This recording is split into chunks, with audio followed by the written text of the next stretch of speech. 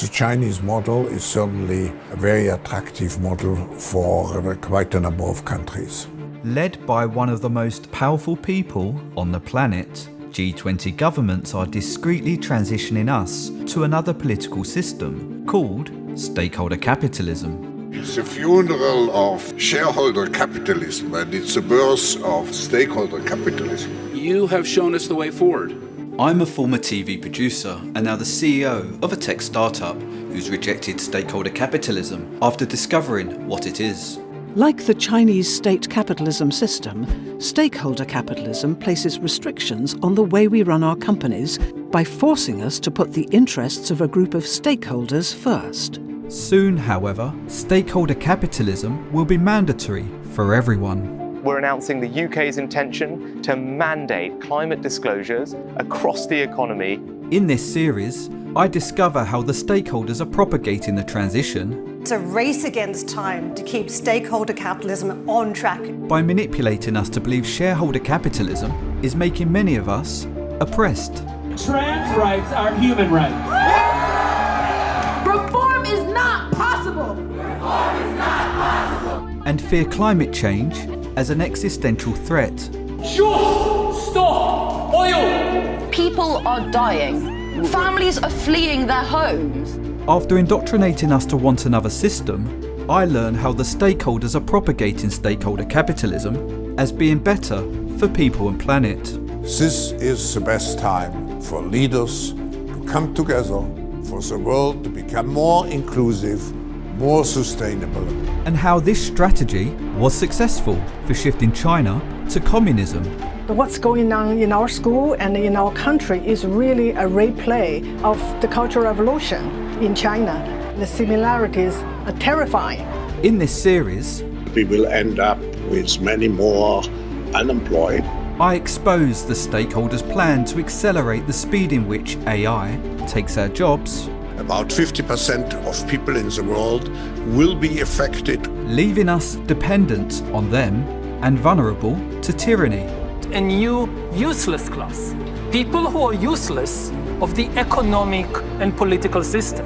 And unless we act now, I learn how oppressed we become under stakeholder capitalism. This means turfing people off their farms. CBDCs would give officials a powerful tool of control and manipulation. Banks can now freeze their personal accounts. This technology can turn our communities literally into digital concentration camps. Some people are yelling out, "We're starving." Join me as I investigate the Great Reset transition to stakeholder capitalism.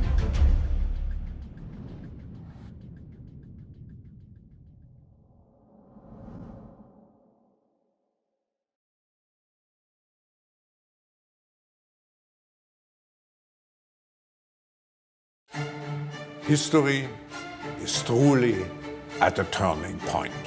We do not yet know the full extent and the systemic and structural changes which will happen. However, we do know that global energy systems, food systems and supply chains will be deeply affected. This is Klaus Schwab. He's the executive chairman of the World Economic Forum, an exclusive organization for the world's most influential people. Around 1/3 of the members are CEOs of multinational companies, 1/3 are leaders of international organizations and governments, and 1/3 are from civil society, forming a truly multi-stakeholder community. His members include powerful heads of state, from Joe Biden and Rishi Sunak to the President of the People's Republic of China. We are working closely together with governments from around the world, including all G20 countries. This is a meeting of major world leaders who are deciding the future of the planet. 50 years ago, this German economist launched the World Economic Forum with a mission to transition the world to another political system called stakeholder capitalism. In 1970, as a young professor at the University of Geneva, I pioneered the stakeholder concept. arguing that business should not serve only its shareholders, but all those who have a stake in the destiny of the company. As a consequence, I created the forum as a not-for-profit foundation. Despite support from influential politicians and royals, Klaus Schwab has been unsuccessful in enacting stakeholder capitalism, but his network has since grown.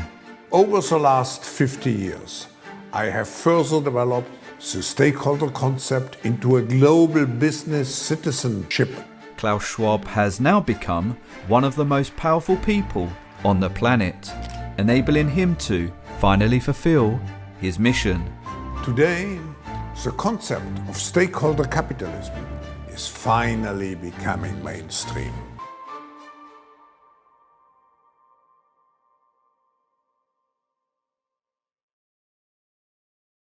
One of the world's most powerful people have recently, undemocratically, enacted a global transition to another political system. We are talking about a substantial shift which is taking place to an economy which is more based on stakeholder responsibility. But despite our governments and the media being partners of the World Economic Forum, nobody has informed us. So what is stakeholder capitalism? In his blog and book, Klaus Schwab describes it as a socio-economic system that he designed from two existing systems. The first being shareholder capitalism. Commonly referred to as capitalism, shareholder capitalism provides us the freedom to trade with the interest of generating profit for our shareholders. The second system is state capitalism. Adopted by communist countries, state capitalism imposes restrictions on companies' freedom to trade by forcing them to put the government's interests first. In his book entitled Stakeholder Capitalism, Klaus Schwab explains, from a system of shareholder capitalism, which prevailed in the West in the past 50 years, and a system of state capitalism that gained prominence in Asia and is centred on the primacy of the state, we should move to a system of stakeholder capitalism. While Klaus Schwab claims he designed stakeholder capitalism from both systems, it primarily shares characteristics of state capitalism. Like the Chinese state capitalism system, stakeholder capitalism places restrictions on the way we run our companies by forcing us to put the interests of a group of stakeholders first. Klaus Schwab has undemocratically enacted a global transition to an authoritarian political system. It's the funeral of shareholder capitalism, and it's the birth of stakeholder capitalism. You have shown us the way forward. And he proudly shares which system inspired him. On the one hand, we have state capitalism. On the other hand, we have shareholder capitalism. So it's a clash between two systems. I believe that state capitalism in the short term provides certain advantages. Instead of the state taking control, stakeholder capitalism provides authority to a conglomerate of World Economic Forum elite members who call themselves stakeholders. These stakeholders run large organisations, defined by Klaus Schwab as governments, NGOs, companies and international organisations such as the United Nations and the European Union. If I look at our stakeholders, we have business, of course, then we have politics, we have partnerships with many governments around the world, we have NGOs, media, of course.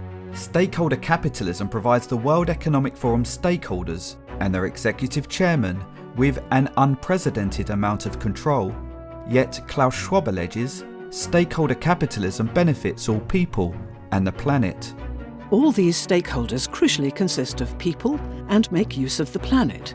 It is no surprise then that they should want to optimise the well-being of all of us as well as that of the environment. Contrary to Klaus Schwab's claim, the world's most powerful elites do not represent our interests, and they appear to value Chinese governance. The international community is looking to China to continue its responsible leadership. The World Economic Forum have a large operation in China, where Klaus Schwab runs his ominous Global Future Council to explore emerging models of Chinese leadership adapted to a new norm of globalization. And Klaus Schwab is often interviewed by Chinese state media, where he expresses admiration for their communist system. I respect China's achievements, which are tremendous over the last over 40 years. I think it's a role model for many countries. The Chinese model is certainly a very attractive model for quite a number of countries. Klaus Schwab has also built a close rapport with the General Secretary of the Chinese Communist Party. It is my distinct honor and great privilege to introduce His Excellency Xi Jinping. China has made significant economic and social achievements under your leadership. In this World Economic Forum address, Klaus Schwab welcomes Xi Jinping as a stakeholder to govern us. We should join hands and rise to the challenge. I believe this is the best time for leaders to come together and work jointly for the world to become more inclusive, more sustainable. According to Klaus Schwab, stakeholder capitalism is essential for making the world more inclusive and sustainable. Inclusive means an economy that empowers people who are allegedly oppressed, and sustainable means a ban on fossil fuels to supposedly address climate change. These crises have been fabricated by Klaus Schwab so he can enact stakeholder capitalism, a system he alleges is more inclusive and sustainable, as a pre-planned solution. The world which we want to create with the Great Reset, it will have to be more inclusive. Inclusive propaganda was the primary weapon used by Mao for shifting China to communism over a 10-year period called the Cultural Revolution. Originating from a Marx and Engels idea, Mao indoctrinated young working-class Chinese to believe they were oppressed by the capitalists, encouraging them to rise up and overturn capitalism in favor of a system that he alleged was more inclusive. You were 6 years old when the Cultural Revolution began in China. I just want to let the American people know that what's going on in our school and in our country is really a replay of the Cultural Revolution in China. Klaus Schwab and his stakeholders are disseminating Marxist inclusive propaganda to encourage us to rise up and demand a shift to stakeholder capitalism. Reform is not possible. Reform is not possible. We need to defund. We need to defund. I want people to see there's similarities, and the similarities are terrifying. Instead of targeting the working class, Klaus Schwab and his stakeholders are indoctrinating our younger generation to believe minority groups across race, sexuality and gender are oppressed by our capitalist system. I feel guilty that I've not done anything vocally to help the people who are oppressed, and they've been oppressed for so long. My youngest looks very white, so they would look at her and say, "You are an oppressor." Marxist ideas such as critical race theory and gender identity are being propagated throughout education institutions. Books like these are now part of the curriculum, encouraging young people to join social justice movements that are designed to drive a shift to a system that Klaus Schwab alleges is more inclusive. This one is A is for activist. Each letter promotes a different form of protest. N is for no, no, no, no. We have the power! We have the power! Make some noise if you think that trans rights are human rights. We have seen the signs of anger on the streets, so we have to create a stronger inclusiveness. In the next episode about propaganda, I investigate how Klaus Schwab's personally trained activists and self-acclaimed Marxists who founded Black Lives Matter have been fueling growing national unrest. And I explore the stakeholders' gender identity policies that are indoctrinating us to believe we can be born into the wrong body. I'm sure there are still people who are skeptical about this transformation. They have to trust that the era will be inclusive for them. While we need to do better to address all forms of discrimination, Marxist ideas lead to extreme oppression. And finally, more sustainable, because the next crisis is already waiting for us around the corner, and it is the climate crisis. By indoctrinating us to fear climate change, Klaus Schwab's sustainable propaganda is also making us want stakeholder capitalism. No! Stop it! Climate activists glued their hands to sports cars. I got kids to feed! We demand at this year's World Economic Forum immediately and completely divest from fossil fuels.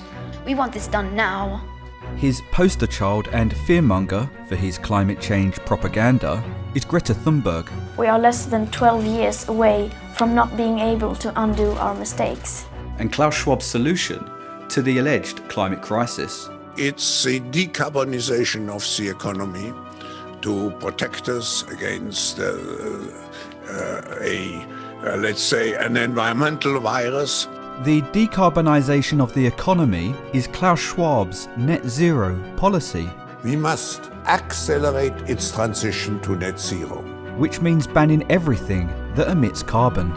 The main solution is so simple that even a small child can understand it. We have to stop the emissions of greenhouse gases. This includes our use of diesel and petrol vehicles, as well as travelling by plane. We must change almost everything in our current societies. Currently being enforced by Klaus Schwab's politician stakeholders, net zero removes our freedom to travel and imposes Orwellian restrictions on our lives. It was all very jolly, laughing along as the police held Greta for the photographers. If the police arrest someone for protesting, they don't typically stop for photos, unless it's a propaganda stunt. They all got the shots they wanted before the police then walked her away. It's theatre, climate theatre. I want you to panic. I want you to feel the fear I feel every day.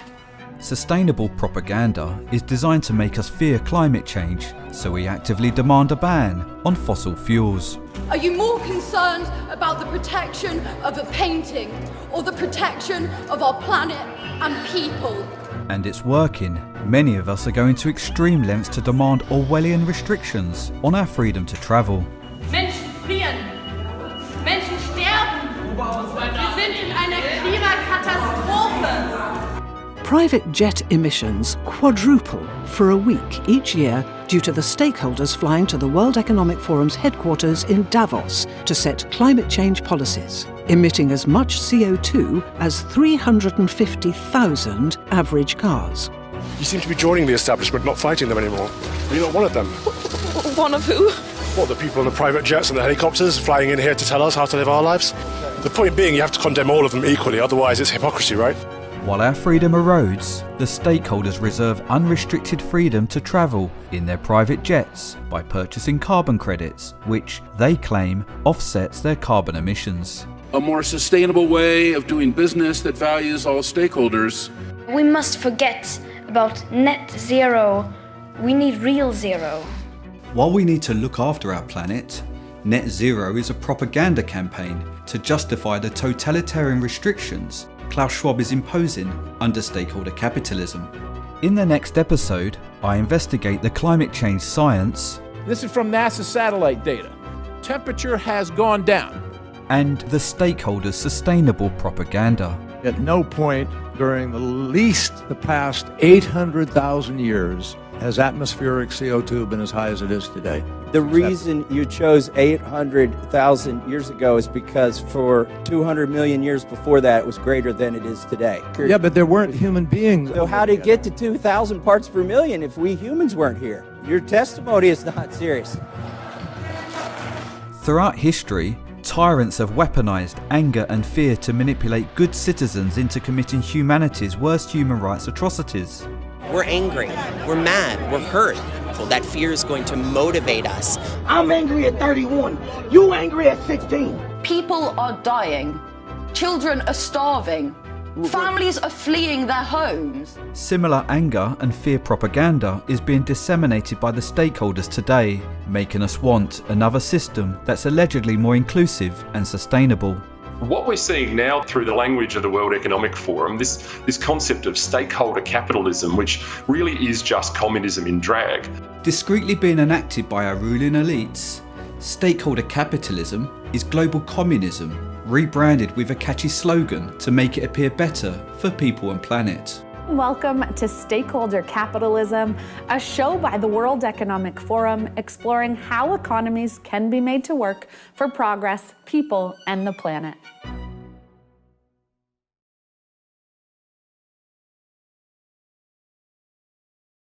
The stakeholder concept, and particularly the ESGs, are a very important part of getting business involved.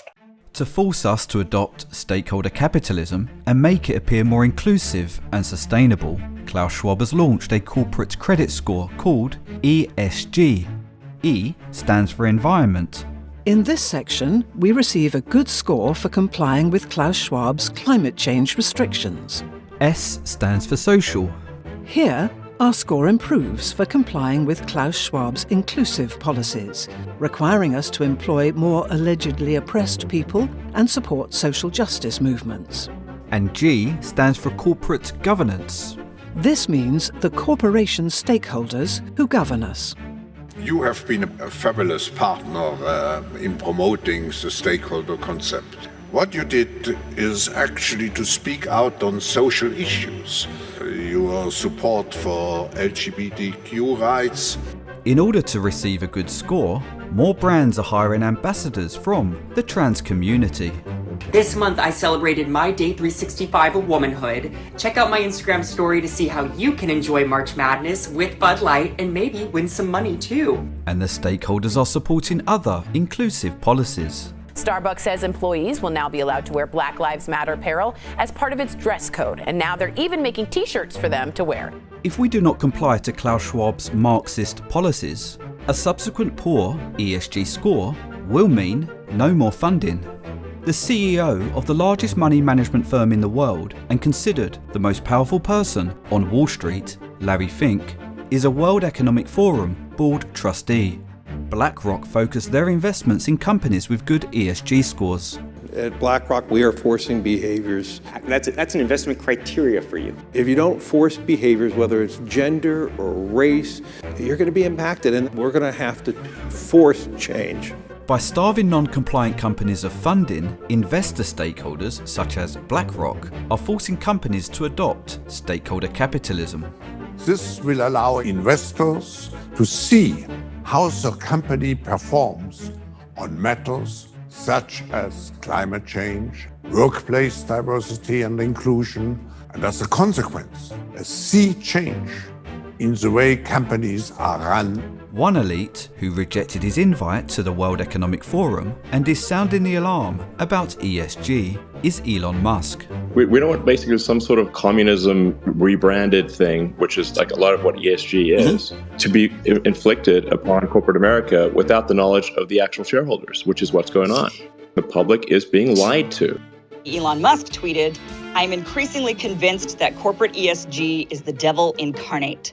People who follow the Great Reset and the World Economic Forums often warn against it."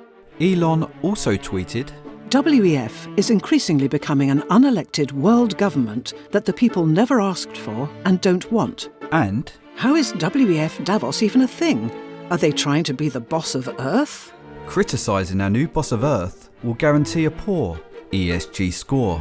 Tesla, a company that makes electric vehicles, has a moderate to moderately poor score. Somehow, out of the 5 US-based automotive companies like Ford, which make gas-guzzling trucks, Tesla's ESG score is the worst. Why is that? The score is political. What I'm particularly proud of in the case of the development of those ESG metrics is that the initiative came from business, from our 100+ CEOs. And his 100+ CEOs will of course be guaranteed a good score. So the company reigning at the very top of the ESG scoring list is Bill Gates founded Microsoft. With these metrics, the business world will finally be able to walk the talk on their commitment to ESG performance and the stakeholder principle. Recently, I rejected a request from my investors to report ESG metrics for my startup, but according to Klaus Schwab, I may soon have no choice. As regulators look set to mandate separate sustainability reporting requirements, we encourage all companies to join the forum's Stakeholder Capitalism Metrics Initiative. This mandate call to action is led by this middle stakeholder, the UK Prime Minister. We're announcing the UK's intention to mandate climate disclosures by large companies and financial services firms across the economy by 2025. By the end of 2023, the UK and several other countries had mandated large company environmental reporting, and the UK, EU and Australia have announced reporting could be made mandatory for all companies in 2024. With China as the model, ESG will likely evolve from scoring companies to scoring everyone, just like their social credit score. The state will go over every detail of a person's life with a fine-tooth comb, their financial situation, spending habits, career, even behaviour on social media. Criticising the government online is a no-no. As with the ESG score, the Chinese social credit system forces compliance by punishing people who break the government's rules. When Xiaowen Wang makes an electronic payment, her purchases tell the state a lot about her. Buying cigarettes would count against her. She'd be better off buying water. The cinema names and shames people considered untrustworthy, plastering their details, even their addresses, across big screens. In a country that's banned over 20 million people from travelling for having a low score, you don't want to disrespect the government.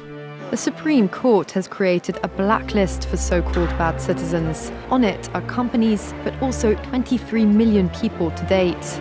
Among them is this journalist Liu Hu. He got a little too close to uncovering corruption among high-profile party members. Once you're blacklisted, you can no longer get a bank loan, start a business, buy an apartment, or even send your children to a private school.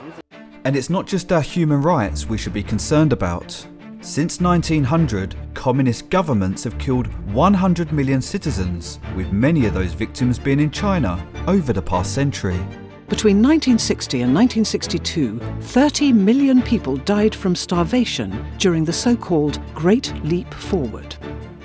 During China's 10-year shift to communism from 1966, Mao indoctrinated the young working class to rise up and attack anyone who favoured capitalism, resulting in millions murdered. In 1989, thousands of human rights protesters were massacred by tanks and heavily armed troops in Tiananmen Square. Today, Xi Jinping is leading an Orwellian campaign of control and intimidation, using the media to brainwash citizens.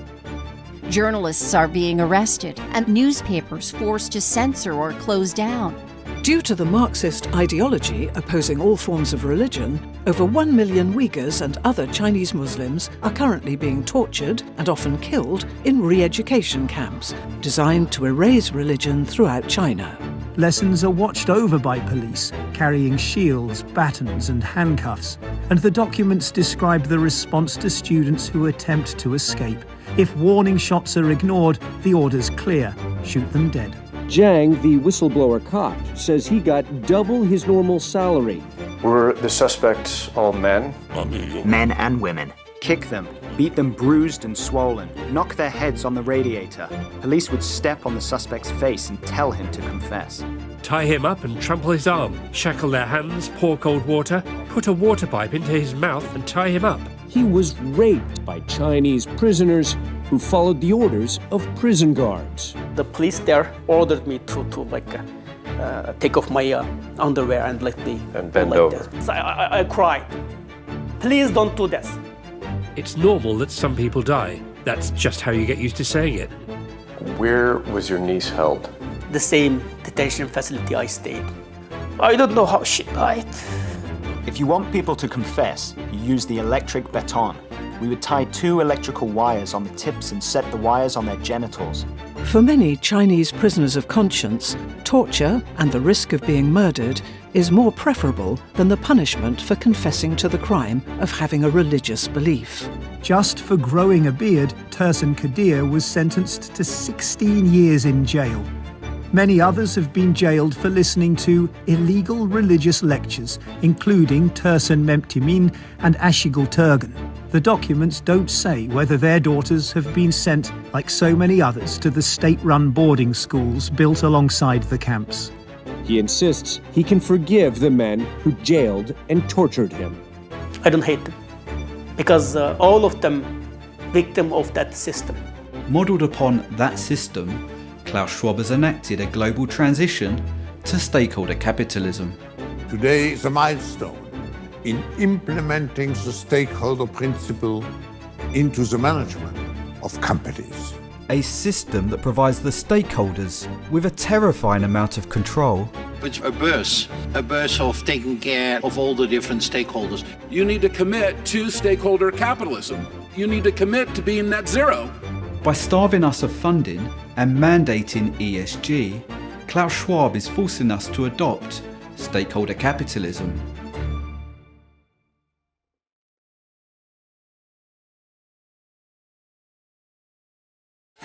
Since he launched the World Economic Forum 50 years ago, Klaus Schwab has vowed to enact stakeholder capitalism. What, therefore, makes this decade different? Artificial intelligence, the Internet of Things, cloud computing, advanced robotics, and many others. The fourth industrial revolution has become a reality. In 2017, Klaus Schwab published this book. And with my book, I coined the notion of the fourth industrial revolution, describing how the economy will become disrupted by artificial intelligence. It's coming like a tsunami. It will be overwhelming to see how fast the change will happen in an exponential speed, like the Internet of Things, of course drones, robots, artificial intelligence. This technological revolution changes how we consume, how we produce, how we organize our supply chain. It changes us. Just think of sensors planted into our brains. And the reason why Klaus Schwab is excited? AI is about to take our jobs. I'm convinced that we will destroy, unfortunately, a lot of employment. Just think of self-guided cars and all the drivers losing their jobs. Steering wheel's moving, seatbelts fastened, no one's behind the wheel. Imagine a huge Amazon blimp floating in the sky that can send delivery drones out all across the city. Our life in 10 years from now will be completely different, and who masters those technologies will be the master of the world. When AI takes our jobs, our wealth will shift to the stakeholders who own the machines, making us desperate, dependent, and more vulnerable to tyranny. Here is the line. This will make Klaus Schwab significantly more powerful. This is you're not very worried, this is you're very worried. But to camera, he acts worried. You're really worried? I'm really worried, because we have the congruence of so many challenges at the same time. And smugly, he explains how bad it will get for us. That's serious. Yeah, it's serious. Every past industrial revolution, such as the third, which was brought on by the invention of the internet, resulted in jobs being lost, but more new jobs were created. The fourth industrial revolution, however, marks a pivotal time in our evolution, when AI takes our jobs, and the number of human jobs will reduce as the technology continues to advance. Subsequently, most of our wealth will shift to the stakeholders, who own the machines. If you take the fourth industrial revolution, it will have a tendency to increase even the gap and to foster social exclusion. This transfer of wealth ends badly for us. So what we see is an erosion of the lower middle class. In fact, this erosion of wealth will affect most of us, and it began happening exponentially in 2020, when his politician stakeholders strategically closed their businesses. Non-essential businesses in New Zealand must now close. Workers who are finding that their jobs are under threat or going through no fault of their own. small businesses feel they're being targeted unfairly. To shut down small businesses while allowing those same products to be sold at Costco and Walmart makes no sense at all. The digital industry will go out of this crisis strengthened, but we know that many industries which rely particularly on physical interaction will have difficulties to survive. When the politician stakeholders forced us to close our businesses, the market value of their largest tech companies almost doubled, while more than 160 million of us were pushed into poverty. A recently released report by Oxfam says that 2/3 of all wealth earned since 2020 was earned by the world's richest 1%. Oxfam write, As billionaires gather in Davos in person for the first time in over 2 years, they have a lot to celebrate. During the COVID-19 pandemic, their mountain of wealth has reached unprecedented and dizzying heights, at the same time as the soaring cost of living is hurting so many worldwide. As they were benefiting from the lockdowns, the stakeholders discreetly published the Future of Jobs report, declaring 50% of our jobs will be lost to AI as early as 2025. The COVID-19 pandemic-induced lockdowns and related global recession of 2020 have created a highly uncertain outlook for the labour market and accelerated the arrival of the future of work. By 2025, 85 million jobs may be displaced. And alarmingly, 50% of all employees will need reskilling. There is no evidence enough new human jobs will be created to manage the machines that take our jobs. Therefore, using reskilling instead of jobs lost is misleading at best. Klaus Schwab also announces our imminent jobs crisis ambiguously. The unemployment and the impact on livelihoods, about 50% of people in the world will be affected, taking the combined effects of COVID-19 and the fourth industrial revolution. According to the report, job disruption is being accelerated by the politician stakeholders closing our businesses during the pandemic. It also explains there is an ever larger need for a great reset. We will end up with many more unemployed. We have to prepare for a more angry world. I see the need for action. I see the need for a great reset. Merely 4 months after COVID-19 was declared a pandemic, Klaus Schwab published this book, COVID-19, The Great Reset. His book proposes a broad array of changes to our political, societal and economic systems, as well as an increase in government control. While we were locked down, Klaus Schwab also launched his ambiguous The Great Reset initiative, which we discover is to transition the world to stakeholder capitalism. The World Economic Forum is now very much engaged into this initiative of shaping a great reset. Throughout all the Great Reset's ambiguous content, such as this promotional video, Klaus Schwab makes no connection to our imminent jobs crisis or stakeholder capitalism, until he launched a private summit called the Jobs Reset. Welcome back to the Great Reset on day one of the Jobs Reset Summit, which is being held as COVID-19 is not only wiping out jobs, but also changing the way millions of us work. And the World Economic Forum's managing director declared our jobs crisis on the Great Reset podcast. World Economic Forum Managing Director Sadia Zahidi. In the last few years, I think we've seen the growing threat of technology to jobs. By 2025, humans and machines will be at par in terms of how those tasks are being divided. About half of their employees will need reskilling. In every single job, there is the expectation that at least 40% of the core skills in that job are going to change. Now, that is a massive number for most of us to absorb. It basically means that roughly half of what we're doing is going to look different in terms of the tasks that we do day to day. I'm delighted to welcome you to the Great Reset Dialogue on harnessing the fourth industrial revolution. In this discussion, the host asked whether the Great Reset has anything to do with jobs. The big fear people have about the fourth industrial revolution relating to their jobs Their concern is that there will be casualties of this revolution, and that the idea of a reset is really about resetting them out of the workforce and replacing them with robots. And this stakeholder, the CEO of Black & Decker, replied, "The fourth industrial revolution had been slowly wending its way into global supply chains during the 4 years since Klaus Schwab published his work. And then the Great Reset came along. COVID-19 struck. All of a sudden, the digital revolution accelerated, and it's clear that countries, industries, companies, and people with the requisite resources and skills, they will emerge as the big winners, and the gaps will only widen for those that are under-resourced or under-skilled." Initiating the Great Reset, the stakeholders closed their businesses to accelerate our transition to a jobless economy, as explained by the president of the World Economic Forum.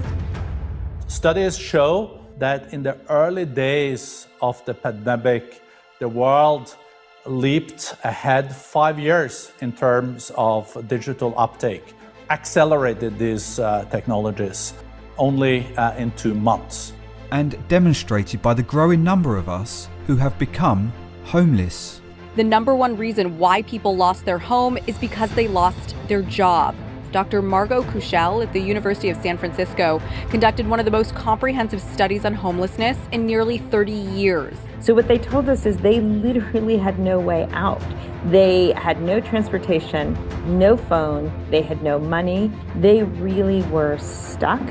As our wealth shifts to the stakeholders, growing poverty will make us vulnerable to tyranny, providing Klaus Schwab the power to enforce stakeholder capitalism. It's very clear that the devastation from the pandemic could be felt far and wide in terms of livelihoods, in terms of people losing their jobs. It's now a historical moment, a crucial moment to rebuild the future, to reset our policies. But just how vulnerable do we become?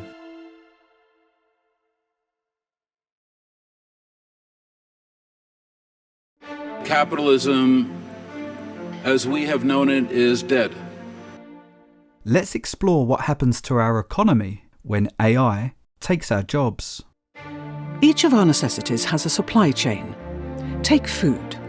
Someone grows it, someone packages it, someone distributes it, someone retails it, and someone delivers it. At each step, people are paid for their contribution towards getting it to our dinner tables. And our salaries are spent back in the supply chains on various goods and services to ensure we get everything we need. Money rotates to create a healthy economy. This system that we call capitalism incentivizes us to work across the supply chains, enabling us all to have everything we need for living within a civilized society. In the fourth industrial revolution, however, our jobs increasingly become replaced by AI, leading to most of us losing our salaries. All the money that would have gone into our pockets will shift to the elites, who own the machines, causing the wealth gap to widen at an exponential pace. With less money moving around the economy and our companies finding it harder to compete, more businesses will begin to make redundancies, thus exacerbating the problem. This compound effect will cause the economy to shrink until it finally collapses. And that's not the worst part. In most countries, we have benefit or welfare systems to provide people who are unable to work with a financial safety net. These benefit or welfare pots of money are financed by the tax that's paid by people who work. But when fewer people work, less tax is paid, and the benefit and welfare pots shrink. Consequently, there's not enough money to support the growing number of unemployed. This results in a relatively small number of companies owning most of the wealth, and much of the population experiencing third world levels of poverty. As far as I can see, our economy will crash when AI takes most of our jobs, forcing us naturally to rethink our economic systems. Klaus Schwab figured this out and devised a plan to accelerate our transition to the fourth industrial revolution, a jobless economy with widespread poverty, empowering him to accomplish a mission he's worked towards his entire life. The message from 2020 should be abundantly clear. Capitalism, as we know it, is dead.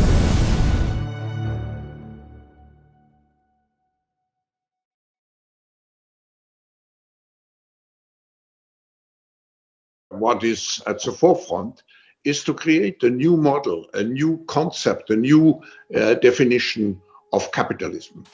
Often, Klaus Schwab and his stakeholders promote the Great Reset transition to stakeholder capitalism subtly. The Great Reset initiative has a set of dimensions to build a new social contract. Now it's time for our generation to define a new social contract. And sometimes we must reinvent capitalism.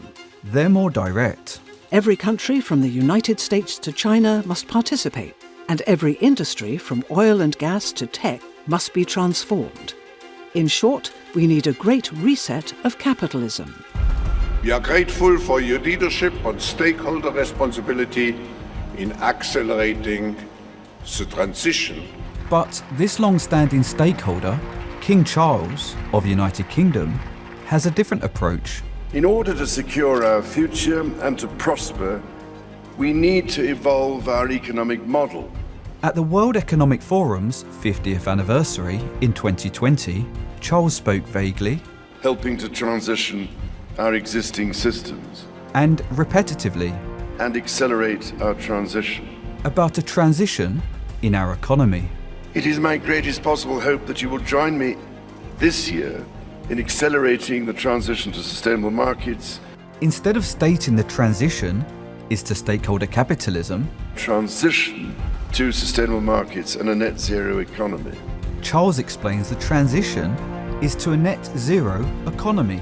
Transition pathways to decarbonize and move to net zero. As the royals mustn't engage in politics, Charles speaks cryptically, using stakeholder capitalism slogan instead. People and planet. On 3 separate occasions. People and planet. The King shows support for ESG. An increasing number of corporations are adopting ESG methodologies. And making it mandatory. There are now growing calls from financial institutions and companies alike to make disclosure mandatory. After dishonorably and treacherously promoting the Great Reset transition to stakeholder capitalism on stage, his speech was made into another ambiguous promotional video entitled The Great Reset. And the time to act is now. Thank you, Mr. Charles explains, inspired by the Great Reset's call to action, I called for a Marshall-like plan for nature, people and the planet. He wants to reset the ways in which we live. The King is one of many powerful stakeholders colluding in the Great Reset transition to stakeholder capitalism. Other stakeholders include the Managing Director of the International Monetary Fund. History would look at this crisis as the great opportunity for reset. The Secretary General of the United Nations. All elements of the Great Reset are fundamental to building the future we need. Some Prime Ministers. This pandemic has provided an opportunity for a reset. And the disruption is an opportunity for us to reset. And their resident climate change propagandist. This is a time for a great reset. Modelled on China's decade-long shift to communism, the Great Reset is the name of our 10-year transition to stakeholder capitalism.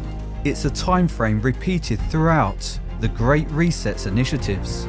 Britain to impose petrol car ban by 2030. As explained by Klaus Schwab. A social contract to transform our world by 2030. And confirmed by the King himself. With 2020 being seen as the super year, kickstarting a decade of action for people and planet. With our decade of action for people and planet, as Charles puts it, becoming achieved by 2030, we're over 1/3 of our transition to full stakeholder capitalism. By ordering us to close our businesses, the stakeholders created a recession that's accelerating the speed in which machines take our jobs and our wealth shifts to them. After 50 disappointing years of supporting Klaus Schwab's vision of transitioning the world to stakeholder capitalism, the Great Reset now provides Charles some hope. Nearly 50 years of trying to champion this cause, I cannot help feeling that finally we are ready to change our trajectory. And After 50 years of failing, Klaus Schwab's lifelong vision is finally coming to fruition. I imagine the conversations back then, in the context of the 70s and the 80s, were freer markets, trade, liberalisation. I assume that was your agenda. From the beginning on, this was very much devoted to social and, I should say, environmental issues. Today, the fourth industrial revolution provides this tyrant an opportunity to inflict tyranny that's more extreme than any past fascist regime. If you know enough biology and you have enough computing power and data, you can know my personality type, my political views, my sexual preferences, my mental weaknesses, my deepest fears and hopes. And you can do that not just to me, but to everyone. Now, in the past, many tyrants and governments wanted to do it, but nobody had enough computing power and data to hack millions of people. Neither the Gestapo nor the KGB could do it. But soon, at least some corporations and governments will be able to systematically hack all the people. The stakeholders will have the advantage of weaponizing artificial intelligence to enforce compliance. Today, the newest bot in blue was sent out to its first crime scene. Meet DigiDog, the newest member of the NYPD's Technical Assistance Response Unit. There are an estimated more than 300 million surveillance cameras in China. Many of the surveillance cameras in use in China now are equipped with facial recognition, which simply gives the authorities the ability to track who specifically has gone to which precise location. In some early indoctrination centres, neurosensors are fitted into headbands to measure the children's level of concentration. This 5th grader, whom we caught dozing off in class, told us his parents punish him for low attention scores. Classrooms have robots that analyze students' health and engagement levels. Students wear uniforms with chips that track their locations. There are even surveillance cameras that monitor how often students yawn during classes. The government has poured billions of dollars into the project. COVID became an opportunity to harness technology for inflicting cruelty, keeping the Chinese population locked down for nearly 3 years. This community is in total lockdown now. Stay in your room. Do not open the window and sing. Control your soul's desire for freedom. Some citizens in the authoritarian nation are losing it, defying the lockdown by screaming from their apartment windows into the night. It's straight out of a dystopian sci-fi movie. Some people are yelling out, "We're starving." To explain the consequence of AI being weaponized against us, Klaus Schwab invited his philosopher stakeholder to the stage. If this power falls into the hands of a 21st century Stalin, the result will be the worst totalitarian regime in human history, and we already have a number of applicants for the job of 21st century Stalin.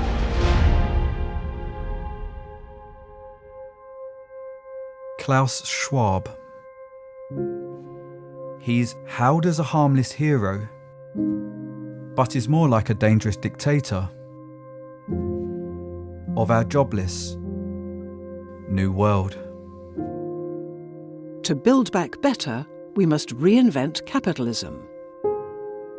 In 2020, the World Economic Forum released a slogan for the Great Reset.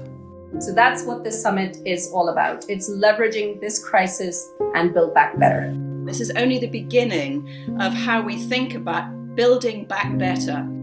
A true recovery from COVID-19 will not be about putting things back together the way they were. We need to build back better, to reset. Building back better is about much more than corporate social responsibility.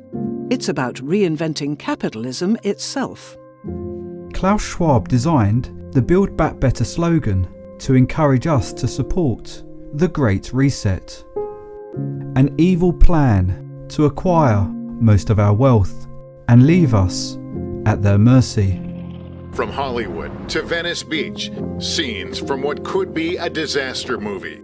Officials here last counted more than 66,000 experiencing homelessness in January 2020. But that was before the pandemic struck and hundreds of thousands of Angelenos lost their jobs. Since then, our partners on NBCLA's investigative team have captured these images showing a situation spiraling out of control. Tents taking over intersections, stretches of the iconic Venice boardwalk now resembling a refugee camp. It's a reality no one is comfortable with. This is my home. I just can't understand how a country would allow people to live like this. As more tents go up every day. You may have heard about the Great Reset.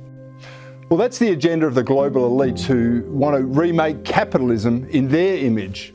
Now, the advocates for the Great Reset use phrases like build back better. And if you listen closely enough, you'll hear political leaders all over the world parrot that mantra. It's hardly a coincidence. When leaders of the free world, who are supposed to represent the interests of their citizens, publicly collude in the Great Reset of capitalism, the vast extent of the corruption becomes blindingly obvious. We're gonna build back better our democracy and restore humanity. We're gonna Build back better. Building back better. Build back better. Build back better. Build back better. Build it back better. Building this country back better. Build back better. Build back better. Build back better. Build back better. Many governments, such as the US, the UK and Canada, have enacted Klaus Schwab's Build Back Better inclusive and sustainable propaganda policies, hoodwinking us into believing our future is prosperous.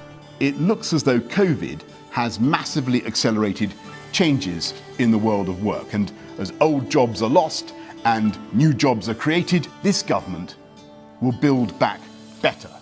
And the first plank of my Build Back Better plan rejects the defeatist view that automation and globalization mean we can ensure American workers lead to a future made in America. Because we can only build back better if we lean on one another. So thank you to all of our entrepreneurs across the country for everything you do for our communities. When I say climate change, what do you think of? I think of jobs. Green jobs. Green jobs. Build back better.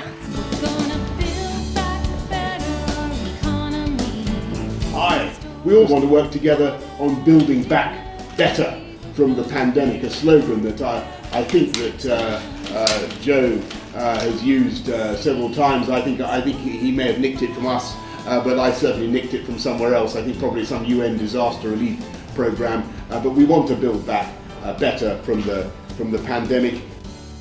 In 2020, the World Economic Forum explained, The Great Reset of capitalism will only work if it includes everyone, but almost half of the world's population has no access to the internet.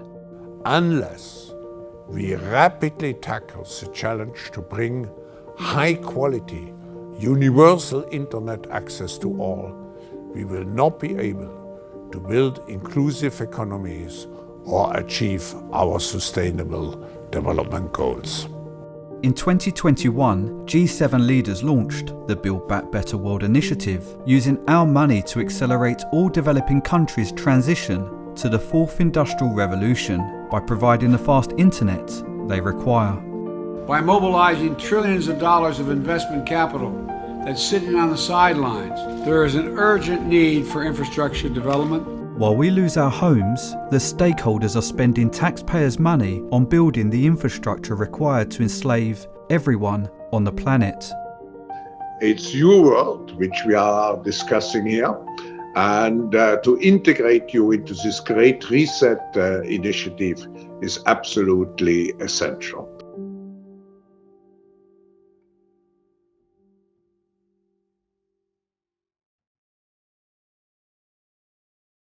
There are some people who claim we are now in a deglobalizing world, but actually, I would say we have to re-globalize this world. How did someone with an ambition to transition the entire world to a Chinese communist system get all governments and influential organizations to carry out his plan? When I mention now names like Mrs. Merkel, even Vladimir Putin and so on, they all have been young global leaders of the World Economic Forum. Since he founded the World Economic Forum, Klaus Schwab has been targeting ambitious young professionals and educating them within his Young Global Leaders program to become ambassadors for stakeholder capitalism. By harnessing his powerful network throughout the deep state, Klaus Schwab then places them into positions of power. He explains, "We integrate YGLs into processes that allow them to have a real impact on global affairs." One YGL Klaus Schwab is particularly proud of is the Prime Minister of Canada, Justin Trudeau.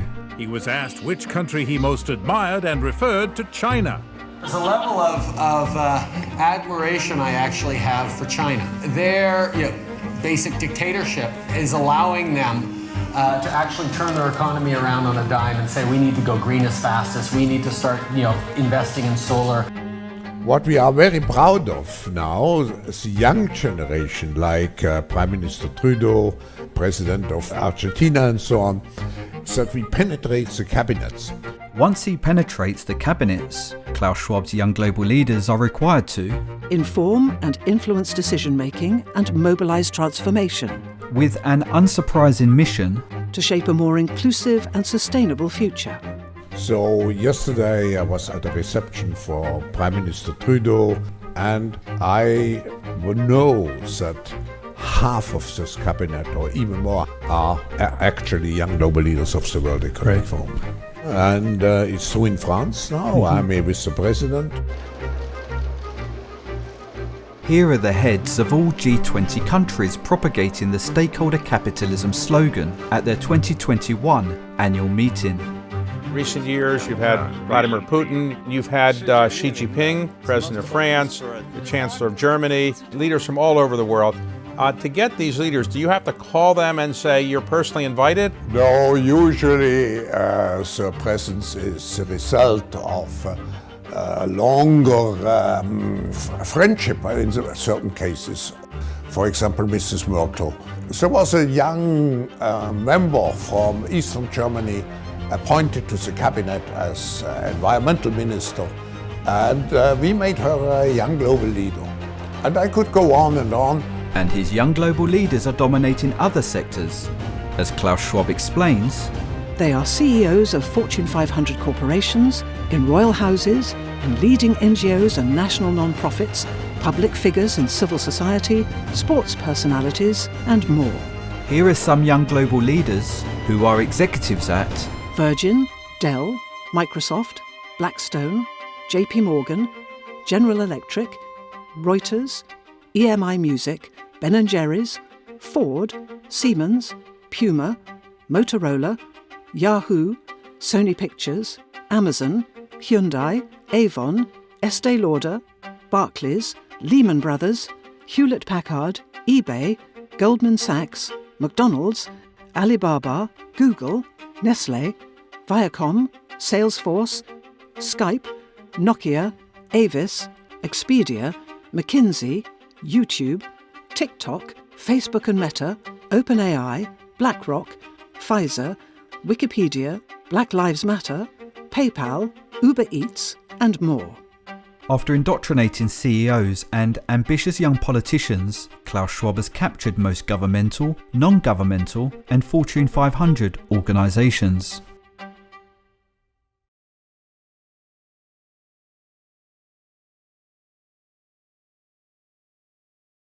So why are you hearing all of this from me and not mainstream news?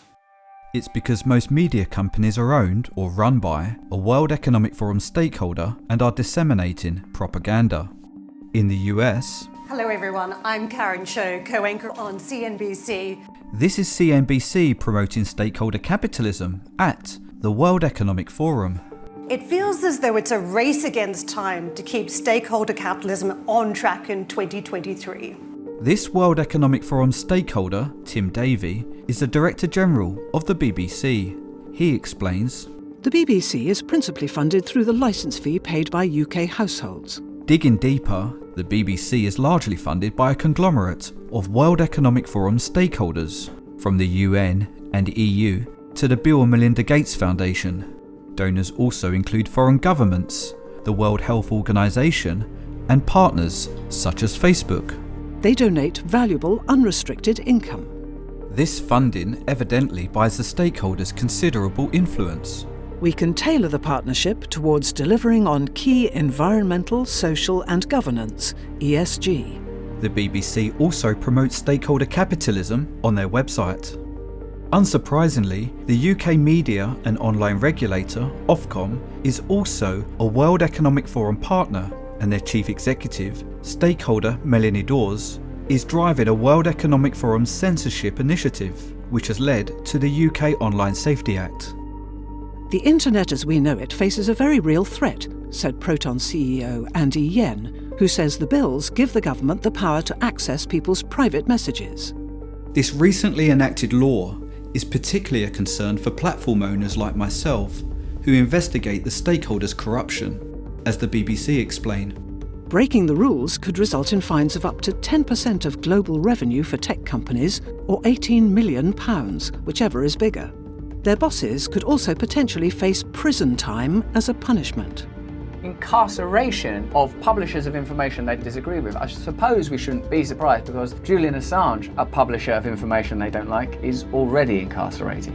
More frightening, governments around the globe are discreetly passing laws that grant another World Economic Forum partner, the World Health Organization, and the Director General totalitarian control upon declaring their next health emergency. You'll have the power to shut down any business. It takes away all the protections that being in a democracy offers. In the next episode, I investigate how this zero draft treaty has all the hallmarks of stakeholder capitalism. It said under the WHO's own figures, 60% came from 276 stakeholders. So it's clear there's a strong external influence on the policy of the WHO. And I investigate the new online safety laws that are currently being enacted around the globe. Despite these terrifying examples of how Klaus Schwab is controlling the media and stripping us of our sovereignty, most of us won't believe it's really happening. We have all been subjected to the most powerful, coordinated, globally harmonized, military-grade propaganda campaign in the history of the Western world. Over the past few years, we have been indoctrinated to believe a false narrative that has been scripted by the stakeholders and propagated by the media. Whenever someone like myself promotes a counter-narrative, we have been conditioned to automatically dismiss it as a dangerous, right-wing conspiracy theory. By definition, these are highly refined psychological warfare tools that were deployed on the entire population. After watching irrefutable evidence of our ruling elites transitioning us undemocratically to an authoritarian system, which of these three options describes how you feel? I'm concerned about our human rights. Something suspicious is happening. It's a dangerous conspiracy theory. If you are anything but extremely concerned about our human rights and future, Klaus Schwab and his stakeholders have changed the way you think. We need to address this issue of changing our mindset. Indoctrination is caused by the repetition of information. Once we believe something, there is no evidence that can persuade us otherwise. Those of us who lean towards the indoctrinated end of this scale cannot accept our ruling elites are colluding in the great reset of capitalism. That's, what is it? I can't remember what their word is, but it's something communism. It's communism, that is. This is the Mayor of Glastonbury Town in the UK. With stakeholder capitalism set to transform businesses and the lives of everyone in her community, I invited Indra and her 15 councillors to watch this documentary with me. Only 4 councillors bothered to show up, and this was the Mayor's reaction after she saw it. You've put a few things together that don't go together. You have not done any critical thinking. But that's exactly what I've done. No, you haven't. Critical thinking is questioning the official narrative, rather than just believing it. Right now I'm too angry because that is not good, okay? What you've put up there is dangerous nonsense. You are inciting people to something that is not real. That is not going to happen. It's not a thing. AI is not a thing, okay? It doesn't matter how much evidence this film presents, an indoctrinated person cannot accept it's happening. I don't think it's going to happen. I really don't. But it's happening. You've heard the world elite saying it's happening. I have been asked to do ESG. Stakeholder capitalism has now been enacted around the world. Yeah. It's happening. Yeah. So why is it not happening for you? Why is it not happening You for said me? it's not happening. The whole China thing, that is racist nonsense. That is never going to happen, okay? I'm not the first concerned person to approach Glastonbury Council. In March 2023, over 100 residents attended their council hearing to voice concerns about the Great Reset of capitalism. A group came to the council, a mob really, and she was going on about net zero and how it's against our freedoms. Freedom to drive and freedom to fly were one of the human rights that they were citing. This is my therapy bit. Yeah. Indra is a good person.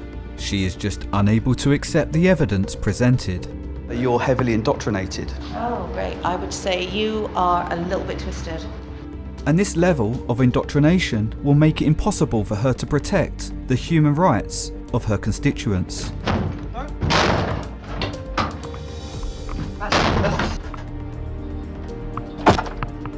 What you're doing is dangerous nonsense, and you know it. The stakeholders' propaganda is so sophisticated, they have manipulated us to believe exposing their corruption is dangerous. But who precisely is it dangerous for?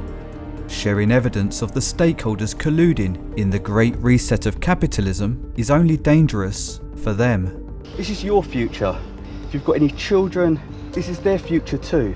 To regain control of our governments, we can work from the bottom up by ensuring our local councils are not indoctrinated by the one thing that really is dangerous: the far left ideology. People need you to be able to step up and fight for them. Do what? Well, first of all, not run away and tell everyone that it's all rubbish. It's happening. We are transitioning to stakeholder capitalism. Communism thrives by indoctrinating us to believe the restrictions are for our safety and to improve society. This is how the Chinese feel about their social credit system. I think being ranked is a good thing. A society has to have rules. It forces us to be well behaved. This is how the Chinese feel about publicly shaming fellow citizens who report government corruption. It's a matter of principle. Those people have to be condemned. Those people aren't honest, so they have to pay the price. And this is how the Chinese feel about their government monitoring their children's brains. We spoke to parents who were unclear about where the data ended up, and they didn't seem to care too much. Over the past few years, we've also been indoctrinated to believe the lockdowns, mandates, exclusions, cancels, and censors are all for our safety. Some fear we're already witnessing worst-case scenarios.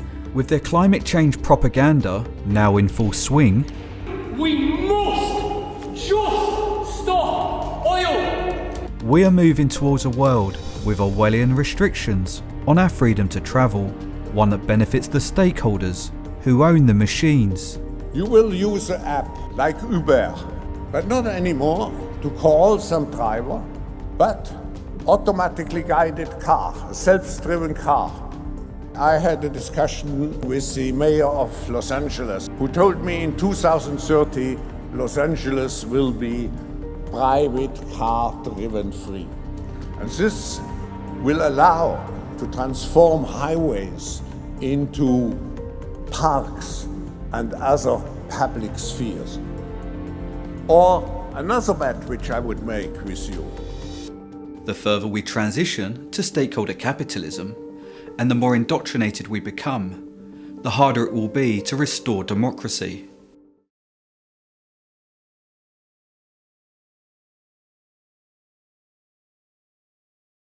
The very nature of work will change. Our generation is going to have to deal with tens of millions of jobs replaced by automation like self-driving cars and trucks.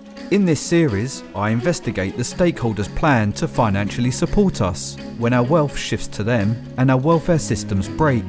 Governments may have to consider universal basic income. We should explore ideas like universal basic income. How our universal basic income will be funded. People like me should pay for it. And a lot of you are going to do really well, and you should too. How much they'll give us. Multinational enterprises will be subject to a minimum 15% tax rate. And in which currency it will be paid. Central bank digital currencies, CBDCs, could be a digital version of money. It would be issued directly by a central bank. As the stakeholders can't give 8 billion of us their money, the central bank will have absolute control. They will need to ensure they get it back by restricting us to purchasing food and leasing homes exclusively from them. By programming CBDC for what kind of use this money can be utilized, for example, for food. Similar to how a coupon works. So this programmability can help government agencies to precisely target their support. In this series, I explore how a programmable CBDC would also enable the stakeholders to control our behaviour. CBDCs would give officials a powerful tool of control and manipulation.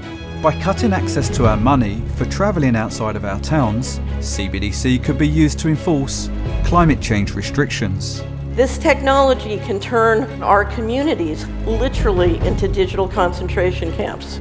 Justin Trudeau being accused of tyranny. If the propaganda has made you unaware, they've done this to us already. Banks can now freeze their personal accounts, the accounts of anyone linked to the Freedom Convoy. Banks have already started to freeze the accounts of people involved in the protests. Starve off or choke off access to money, which of course has now been funding this. They locked up your trucking accounts. That's right, and then also we have another business and they locked that account up too. Unbelievable. Wow. And they didn't just freeze their money, they froze the bank accounts of people that were donating money. Yeah. And they've targeted opposing politicians. Nigel Farage's exclusive bank, Coutts, has closed his account due to his political status. If they can do it to me, they can do it to you. They already are. Anas Atukriti, he's been debanked 6 times. It's because of my activism, it's because of my political views.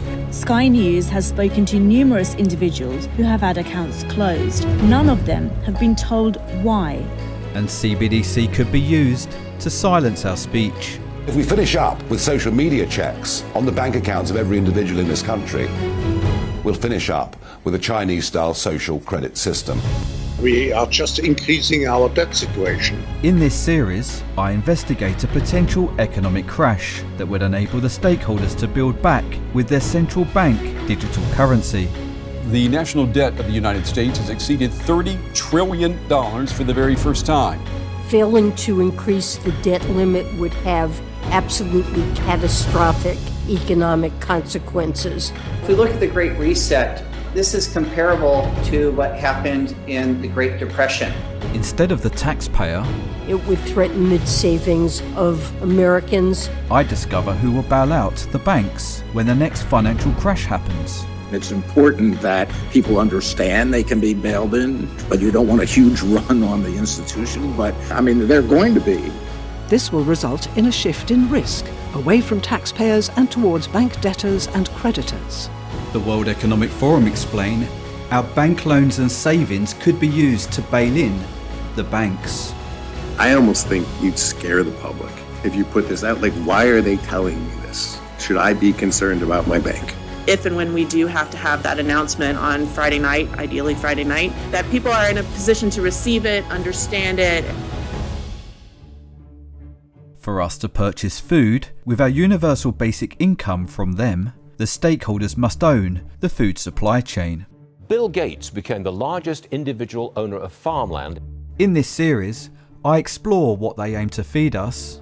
GMO wheat, every piece of corn I've ever eaten is GMO corn. So these are things that billions of years of using these products have been done.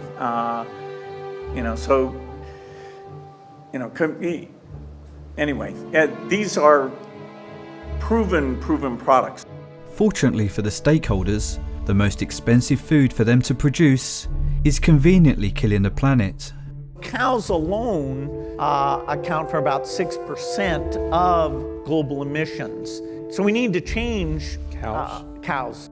In this series, I investigate which protein they will provide us to eat. Artificial meat, like Impossible or Beyond Meat, both of which I invested in. We'll have the convenience of printing it from our homes, or luckily for us, today the European Commission has officially declared mealworms to be food. We can choose real meat that's climate change friendly. Mealworms, crickets, grasshoppers.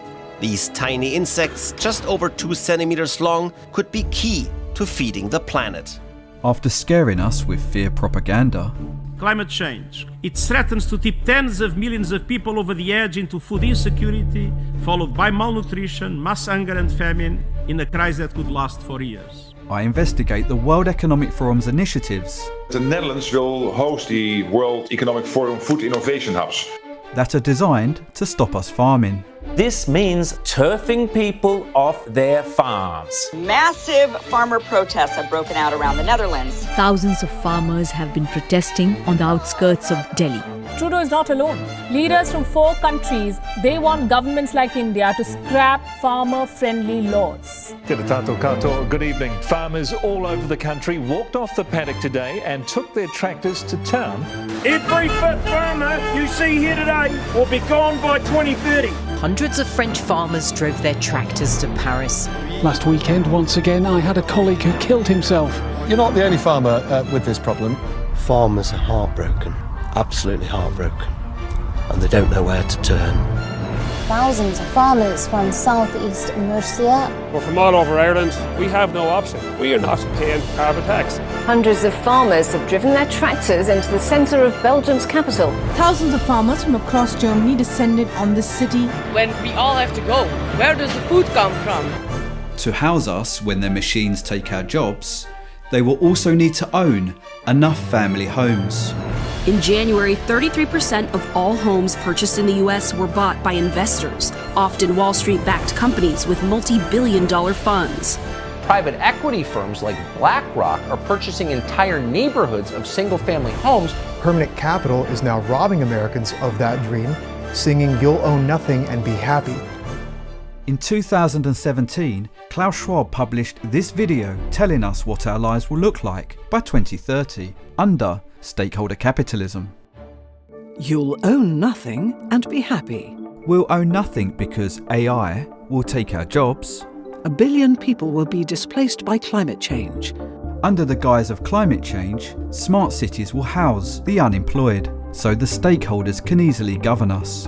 There will be a global price on carbon. This will help make fossil fuels history. A carbon tax will restrict most of us from travelling, so Klaus Schwab has designed cities with everything we need within a 15-minute walk. Whatever you want, you'll rent, and it'll be delivered by drone. And you'll eat much less meat. This is because meat is expensive for the stakeholders to feed our growing unemployed. The US won't be the leading superpower. That will be China. We'll have to do a better job at welcoming and integrating refugees. And by the time we reach full stakeholder capitalism, Klaus Schwab warns, Western values will have been tested to the breaking point. In the next episode, I explore all Klaus Schwab's agendas and... On behalf of the World Economic Forum and the Bill and Melinda Gates Foundation, I'd like to extend a very warm welcome. I investigate the stakeholders' involvement in the lead-up to the pandemic, which was essential for launching the Great Reset. Essentially, all people are susceptible. It could lead to a severe pandemic, an outbreak that circles the globe and affects people everywhere. I also learn how the stakeholders funded the development of a highly contagious coronavirus in a Wuhan lab. Gain-of-function research was done entirely in the Wuhan Institute and was funded by the NIH. You do not know what you are talking about, quite frankly, and I want to say that officially. You do not know what you are talking about. They took animal viruses that only occur in animals and they increased their transmissibility to humans. And you're dancing around this because you're trying to obscure responsibility for 4 million people dying around the world from a pandemic. Anybody is lying here, Senator. It is you. We basically canceled the whole Chinese civilization pre-communism. In the next episode, I expose how the World Economic Forum stakeholders have been cancelling, censoring and smearing anyone who shares the truth. It's an immediate leap into a terrifying mechanism that we only see in totalitarian societies. Did the U.S. government ever contact you to censor or moderate certain tweets? Yes or no? We receive legal demands to remove content from the platform from the U.S. government and governments all around the world. And I explore how they dismiss the Great Reset as a right-wing conspiracy theory. The conspiracy theories are coming fast and furious. Can you explain how the Great Reset conspiracy started? Next time, I further investigate Klaus Schwab's Marxist and climate change propaganda that he claims is for the world to become more inclusive, more sustainable. And I explore who funds our governments when we lose our jobs and less tax is paid. Governments will be incentivised to act in the large companies' interest. As well as our new social class the stakeholders expect the fourth industrial revolution will create. Those who fail in the struggle against irrelevance would constitute a new useless class. People who are useless from the viewpoint of the economic and political system. We are moving from a world more or less dominated by one superpower into a patchwork of a multi-power world, with one superpower, one competing superpower. With China becoming the leading superpower, have the stakeholders partnered to build a one-world government, enabling them to live extravagantly, while we, the so-called useless class, live oppressed and in poverty. The East-West divide. We risk what I've called a great fracture, tectonic drift that would create two different sets of trade rules, two dominant currencies, two internets, and two conflicting strategies on artificial intelligence. This is the last thing we need. We are just over 1/3 of the Great Reset transition to stakeholder capitalism, and we've already experienced a pandemic, a significant transfer of our wealth, lockdowns, the closure of our businesses, anarchy, a cost of living crisis, a gender identity crisis, recession, 2 wars. All these challenges are interlinked, and they are piling up like cars in a chain reaction crash. And we still have the challenge of fighting their climate tyranny. London's Lord Mayor launched a doomsday clock warning that we only have 6 years and 24 days to save ourselves from terrible global warming. The stakeholders even have the audacity to launch a clock that counts down the time until we reach full stakeholder capitalism. King Charles helped turn on a climate clock, counting down the seconds to 2030.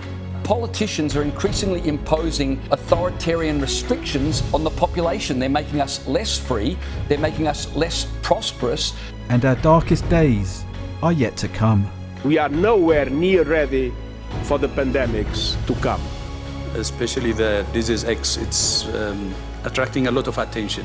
According to the World Economic Forum's recent cybersecurity report, a far-reaching catastrophic cyber event is at least somewhat likely in the next 2 years. Next time, I investigate potential economic disruption from a cyber attack, as well as other threats Klaus Schwab is warning about.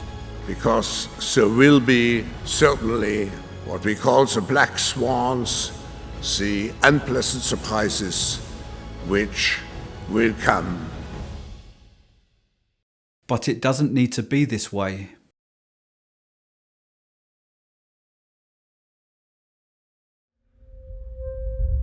What would your message be to America if they continue to go down this road? I just want people to know that the freedom is fragile and we can lose it any time if we don't defend it. Around the world, many influential people are fighting for our freedom. Within parliaments, we will continue to fight for freedom, democracy, and the rule of law. We will not shut up, and we will not stop. Some of the world's brightest awake minds have formed an alliance. Our vision for ARC is to build a community of people of courage and strength who will quite literally rebuild the foundations of our nations. We believe there is a better story, and it is one of optimism that sees a future of abundance and opportunity, one that is rooted in the infinite value of every human being, built on the freedoms of freedom of conscience, freedom of speech, freedom of assembly, and woven together with kindness, faithfulness, gentleness, and self-control by a responsible people.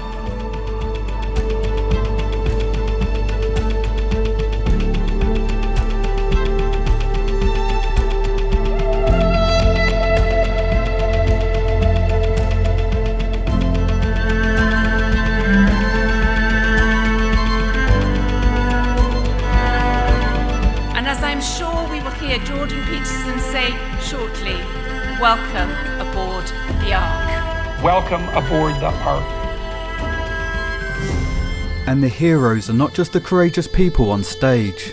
Millions of us behind the scenes who have taken to the streets, posted online, educated family, and rejected the stakeholders' policies have played a significant role in changing history, as the World Economic Forum explained in their recent The Future of Jobs report.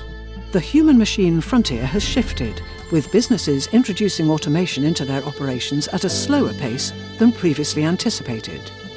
Today, respondents have revised down their expectations for future automation to predict that 42% of business tasks will be automated by 2027. Compared with the stakeholders' 2020 projections, our activism has postponed the transition by 2 years and reduced the automated tasks by 8%. We are at war with the stakeholders. For them to win, they need to ensure the majority of us remain ignorant of their true agenda and support the transition to net zero. For us to win, we need to help many more of us recognise our ruling elites are transitioning us to communism and collectively say no. They want to impose a curfew on you. Say no. Take the power away from them. Simply say no. Let's speak about the great reset of capitalism more frequently, remembering our silence is more harmful than upsetting someone who's indoctrinated. And instead of arguing the semantics of how many genders there are, let's just explain what it really is. It's just communism. From lockdowns, closing businesses, mask mandates, vaccine passports, cost of living crisis, recession, and name-calling, smearing, cancelling, and censoring, to chemically castrating children and climate change, pandemics, poverty, hunger, and death. It's all just communism, the result of too much centralised power. Just communism. The more we repeat it, the more people will believe it. The one thing the stakeholders fear the most is us coming together and becoming organised.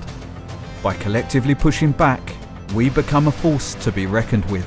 I know that more and more people will step up. That's why we're building a new kind of forum, one that's designed to put us in control.